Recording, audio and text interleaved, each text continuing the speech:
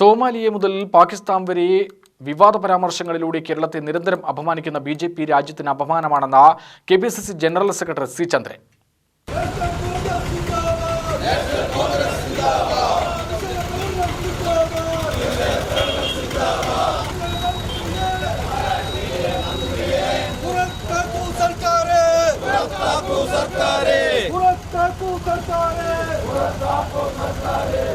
Keralam mini പാകിസ്ഥാനാണെന്ന Maharashtra മന്ത്രി റാണയുടെ പരാമർശത്തിനെതിരെ ഭരണഘടനാപരമായും നിയമപരമായും നടപടിയെടുക്കാൻ തയ്യാറാവണമെന്നും C ചന്ദ്രൻ കൂട്ടിച്ചേർത്തു.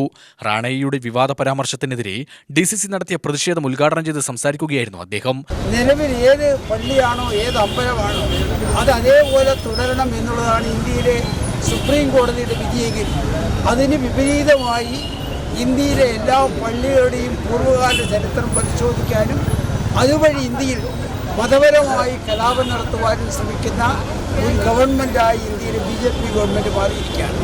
അതോടനുബന്ധിച്ച് കഴിഞ്ഞ ലോക്സഭാ തെരഞ്ഞെടുപ്പിൽ വലിയ ഭൂരിപക്ഷത്തോടെ നമ്മുടെ നേതാവ് ശ്രീ രാഹുൽ ഗാന്ധി മത്സരിക്കുകയും ജയിക്കുകയും ചെയ്ത വയനാട് നിയോജക മണ്ഡലത്തിൽ വീണ്ടും രാഹുൽ ഗാന്ധി രാജിവെക്കുകയും അതിനുശേഷം നമ്മുടെ പ്രിയപ്പെട്ട നേതാവ് പ്രിയങ്ക ഗാന്ധി ലോക്സഭാ തെരഞ്ഞെടുപ്പിൽ മത്സരിക്കുകയും വലിയ ഭൂരിപക്ഷത്തോടെ വിജയിക്കുകയും ചെയ്തതോടുകൂടി കേരളത്തെ മൊത്തമായി അത് ഇന്ത്യയുടെ അവിഭാജ്യ ഘടകമല്ല, ഇവിടെ പാകിസ്ഥാനുമായി സഹകരിച്ച് പ്രവർത്തിക്കുന്ന പ്രദേശമാണ് കേരളം എന്ന് വരുത്തി തീർക്കുവാനും ബോധപൂർവമായി കേരളത്തെ അപമാനിക്കുവാനും ഇന്ത്യയിലെ BJP ഭരണകൂടം ശ്രമിക്കുന്ന അപകടകരമായ കാഴ്ച നമ്മുടെ നാട്ടിൽ നടക്കുകയാണ്.